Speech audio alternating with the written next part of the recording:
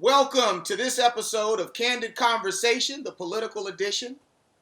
Today our topic is, can America accept and embrace the Honorable Minister Louis Farrakhan as an evolving social leader who now sees global humanity beyond the discriminators of gender, race, and color?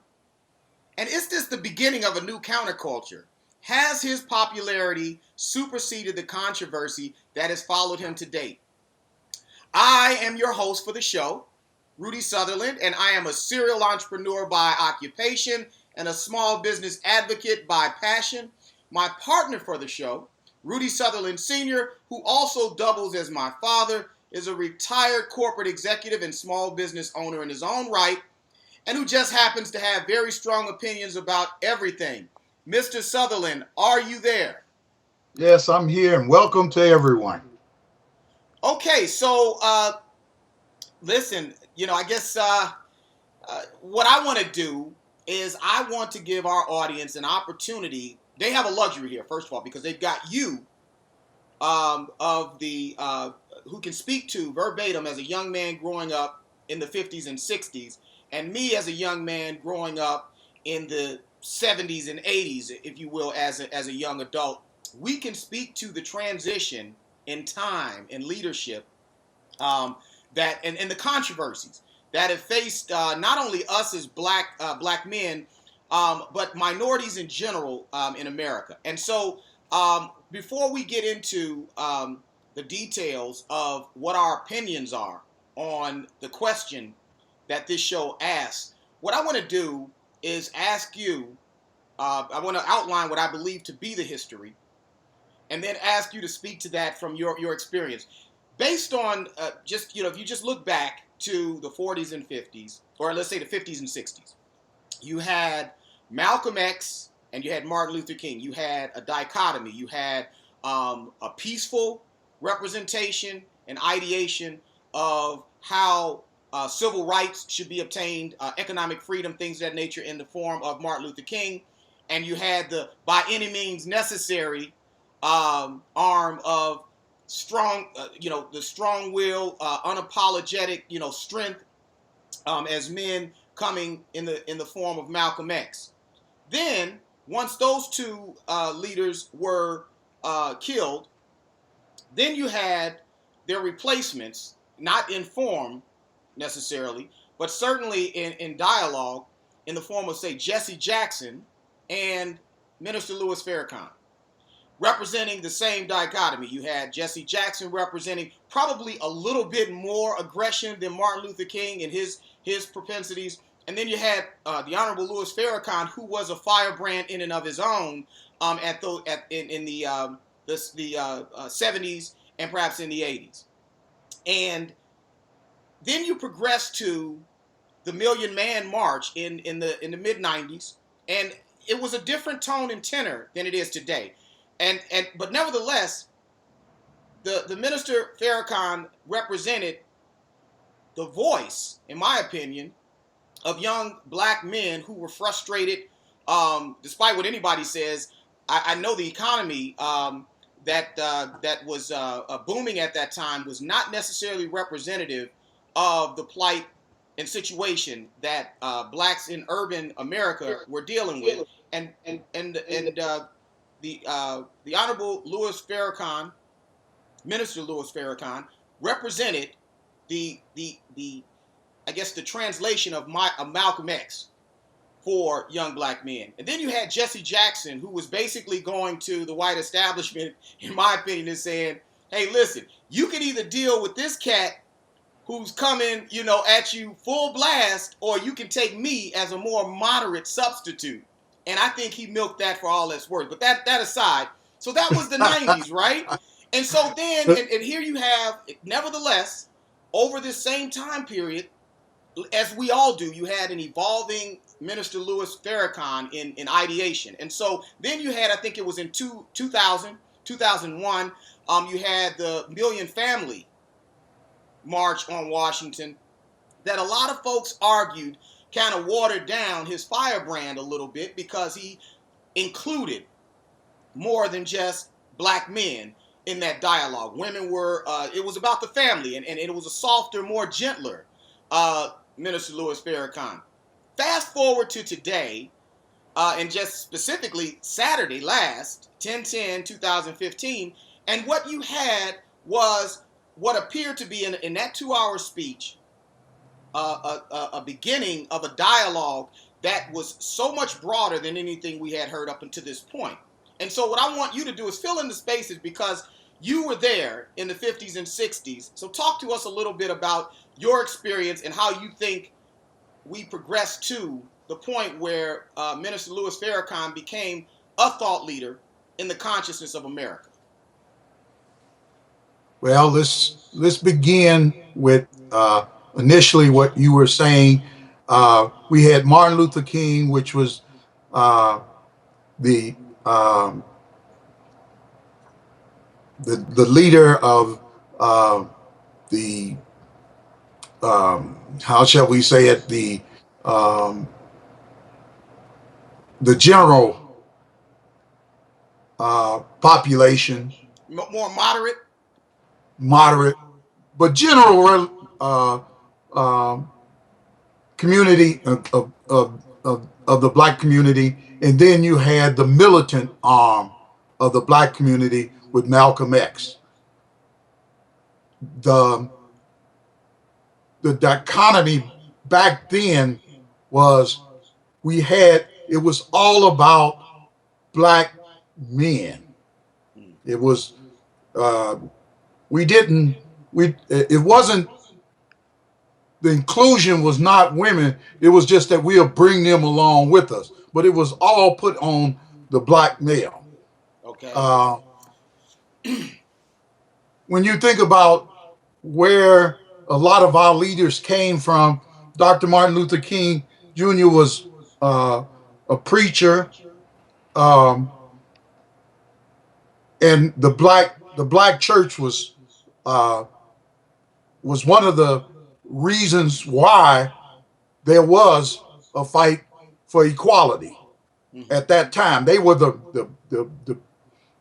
point. And the other arm, which was Malcolm X, what he brought to the table was, like you said, who do you want to deal with? Do you want to deal with Martin Luther King Jr. or do you want to deal with Malcolm X? And they didn't even think about it. But Malcolm X was such a huge speaker of common sense and being black that I think one of the reasons why he got assassinated, first and foremost, they were scared of him. And not only were the establishment scared of him, there was a lot of black people that were scared of him. So we progressed to, after Martin Luther King Jr. got assassinated, and Jesse Jackson took over, and he tried to build within the establishment. He ran for president. He made speeches, and he was a driving force to include blacks, but they put him off in certain respects at that time. And with Farrakhan being the militant, on the militant side, he came in and demanded the same thing that Malcolm X, and they had to choose between the two again. Well, if you notice something, they assassinated the name of Jesse Jackson. They assassinated Farrakhan. Both of them was assassinated so that they could keep on doing what they wanted to do. So, okay, wait a minute. So you saying the form of assassination changed from physical assassination to to character verbal assessment. assassination. Now, wait a minute. Now, I would argue. Now, do you agree with the point that I made? I just want to make sure because, again, for further context for our audience, we're from Chicago, Illinois, South Side of Chicago specifically, and during the time that you were a young man, there was a lot of the hotbed of a lot of the civil rights movement with Jesse Jackson occurred right on the west side and on the south side of Chicago, where the prevalent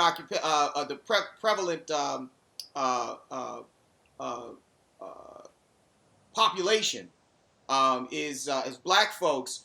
But would you agree that Jesse Jackson was a more aggressive form of Martin Luther King, just as Farrakhan was a more aggressive form of Malcolm X? I mean, if you read some of the speeches that both of them made in the 70s and 80s, you've got some aggressive conversation that, that we shall overcome wasn't really in style. So I want you to talk a little bit on that before we get to the question again. Well, tell you the truth, I didn't see that much a difference between Farrakhan and Malcolm X.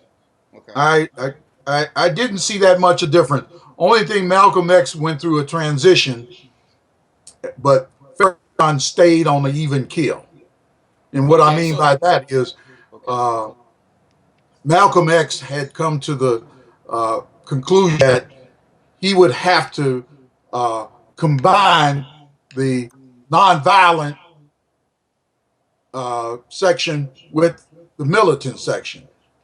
Farrakhan was all militant. Okay. He didn't want to combine. He just wanted to do what he could to get the black man to. His thing was mainly the neighborhoods and the black communities, which sorry to say, hold up, listen. I saw Chicago, power. Let me tell you this. Sorry to say, in Chicago, all the blacks went to the white neighborhoods to spend their money. Well, hold up, listen. This is what I saw coming up.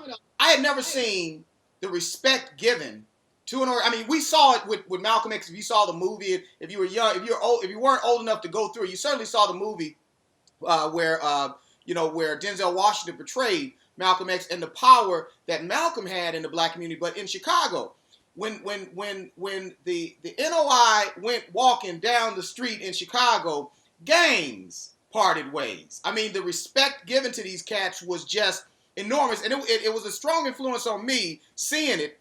But one of the things that I wanted to show, let's talk about that evolution. You mentioned the fact that, again, Malcolm X evolved. Even Martin Luther King, to a large extent, evolved prior to his assassination. And so here we see, I would say that at this point, if you're looking at the evolutionary trek of, say, a Jesse Jackson and a Farrakhan, I would argue that Farrakhan and Minister Louis Farrakhan has maintained, as you said, a more consistent trek all the way through, even through the evolution. Because again, as I mentioned, the first march on Washington in the 95, 96 time frame was 100% black men.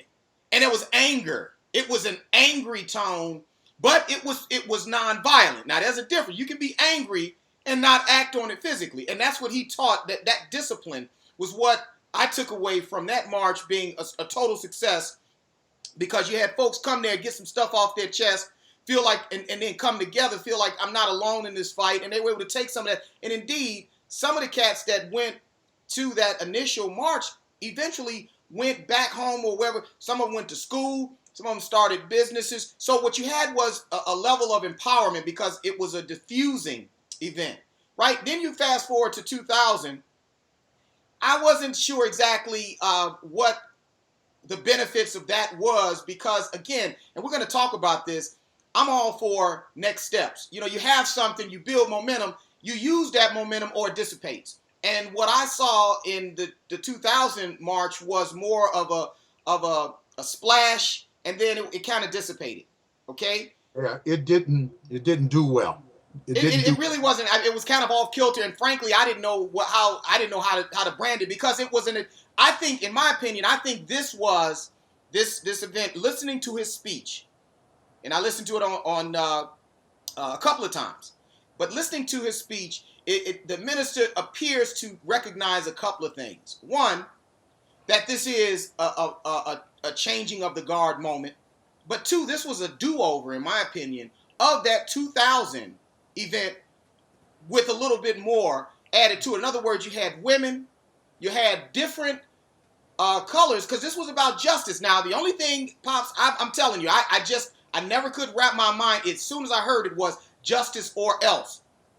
I know they were trying to, it was a branding, trying to draw some controversy over the tone so that people would understand or stop stop in their tracks in their busy lives and say, what?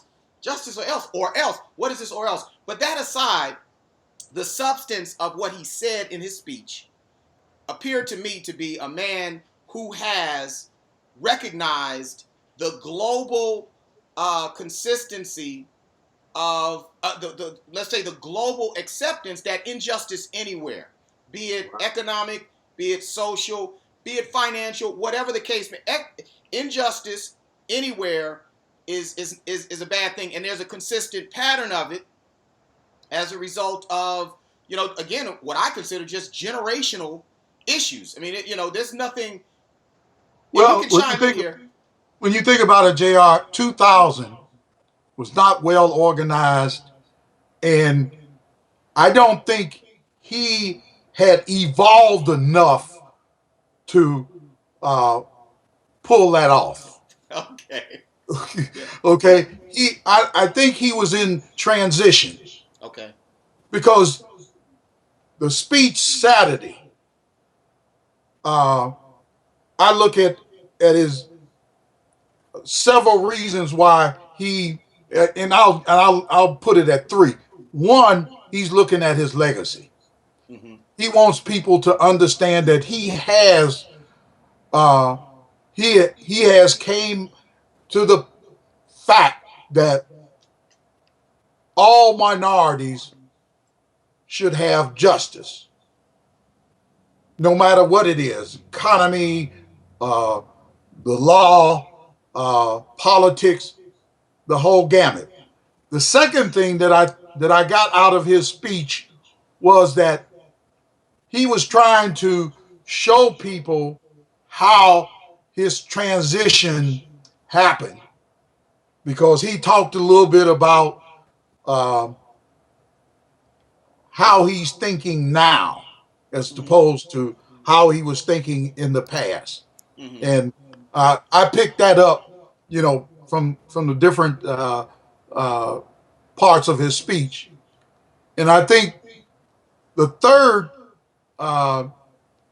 was he was trying to tell people that he knows that you're going to look at him as an outsider. Okay. And, but he wanted to let them know that there was changes and that his views, what you want to say, was updated. And he understands that, a lot of people are going to sit up there and say, oh, this is not the Farrakhan I know. Right. But right. I get it. Because back in the 50s, Farrakhan, was just a street person, and he's been evolving ever since. I've never been a black Muslim, but I've always respected the fact that here's a man that upgraded year after year after year. You could see that he was changing, because when he was young, he was so militant, boy. I was, he was in and out of jail, and then you saw him. I think in 1995, when they did the Million Man March, I think that was the beginning of him realizing that it's really more uh, more community and not just black men, but more community. Then in 2000, he tried to say, well, I want the, I'm looking at the community and everything, but he could not express it. He had no way of dealing with it. Yeah. Now this man is 82 years old, and he has finally found a place where I think he feels comfortable. Okay, so then let me ask you the question of the primary question that this show is generated. So we've got the backstory, we've given some backdrop. So let me ask you: can America accept and embrace Minister Louis Farrakhan as an evolving social leader who now sees global humanity beyond the discriminators of gender, race, and color? And should they? And should he? What say you? No, I don't think so. At this time and space, they won't. But looking into the future, maybe 10, 20 years in the future, they're going to look back at him as being a very a very good faction for equality. I Because agree. I think his listen. This is my thought. I totally agree with you. I think that he is an important part of the American psyche, of the American consciousness, perpetuating forward from the 40s and 50s. If you want to say, what happens next after the civil rights movement, he's an important contribution to that thought leadership, because he brings the perspective. He speaks.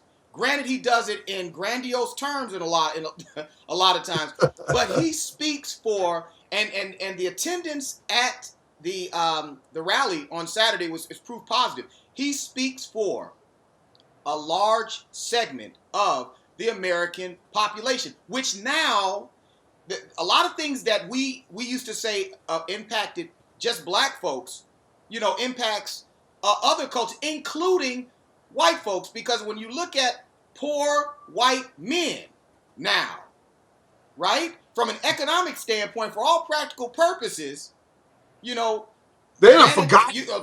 They support. Wait a minute. Listen, we're talking economics here, right? Poor white men have more in common with minority men now than they ever have throughout history, because of the annihilation of the middle class. And so the argument goes to now that is happening, the conversation has to change. And what he represents, granted, like I said, strip away all the noise, the pomp and circumstance to get attention. The form and substance of a lot of the self-empowerment, these are arguments that I wholeheartedly buy into. Listen, accountability, right? Self-sufficiency, economic empowerment, and independence. These are all things that only America can afford a person. I don't know any place else on the planet that you can achieve the level of success that you can in America. And what he does is he represents a symbol, not the only, but certainly a symbol of what's necessary in order to do that. Think about most of the things they talk about. You're talking about, again, self-discipline, taking care of your body, taking care of your mind. All of these disciplines, ironically, a lot of this same stuff is purported by our own military. I heard a lot of the same stuff going through the Army. But my son, let me tell you the irony of the whole thing. What's that? This man said Native Americans, Latinos, Christian clergy, Islamic ministers, women, gays, transgender people. Yeah. He included every faction of, let's say okay. Every non-establishment. Okay. Everybody that's outside of underneath that normal distribution, if we're looking at it statistically. I totally agree. And like I said, here's the thing. You can just say to yourself this. Answer this question with a question. Could he have fathomed doing the same thing in 1995? And I would have to say no. So that in and of itself says that he's evolved. Now let me ask you this. Do you think, based on not yesterday, I'm sorry, Saturday's event, that this is the beginning of a new counterculture? Now, let me quash that. Let me kind of put an umbrella around that. Every time something happens, everybody says, "Oh, it's a movement." The start and stop, scenario goes, and then sometimes it just goes poof, poof, poof, and blows up. My question is, look, we saw the primary population of attendees at that rally were college students, and the question is, is this every generation has a moment where there is an awakening of the young people in a generation to contribute to the progress that the country is going to make socially, economically, and otherwise. Is this that? Well, look who's doing most of the protesting now. Look who's doing the organizing. Black Lives Matter. Then you have Latino organizations saying, "Oh, include us." All of these are young people, and this is not just starting. I think this is a stepping stone. I think it just puts it out there even more. I think that we are in a transition in this country. Mm-hmm. One thing that people don't realize, when you start talking about minorities, the establishment always make light of it. Mm. They said, "Oh, this will be gone in a month, maybe 6 months." But see, I think the establishment is running a little scared, and they better be, because things are changing. Well, I think one, and we've talked this piece. I think my thesis is that the one small business is going to become the catalyst for the new middle class. It's going to replace. It has to. So there's a void right now, and it has to be. Small business is the natural progress the natural logical progress in formulating, reestablishing a middle class. Now that said, these young folks today are looking beyond color. They're looking beyond gender. They see things through a set of lenses that are much more forgiving, much more open-minded than even my generation or yours. So that is a progress that I'm seeing and I'm excited about. Now, let me ask you this, though, as our final point of discussion. Has the Minister Louis Farrakhan's popularity now and after this rally on Saturday and his speech superseded the controversy that has followed him? I mean, he said some pretty, the white devil thing, what was it, the graft scenario on white folks coming from some evil black scientist, and I mean, he said a lot of things and put a lot of things out there that kind of still follow him. That of course, probably are a little bit too extreme for many of us, but nevertheless, it's his opinion. I guess it's the way his organization felt at a certain time. Perhaps they still do. Who knows? But the bottom line is, does that cloud the message that he put forth and the credibility of that message that he put forth on Saturday?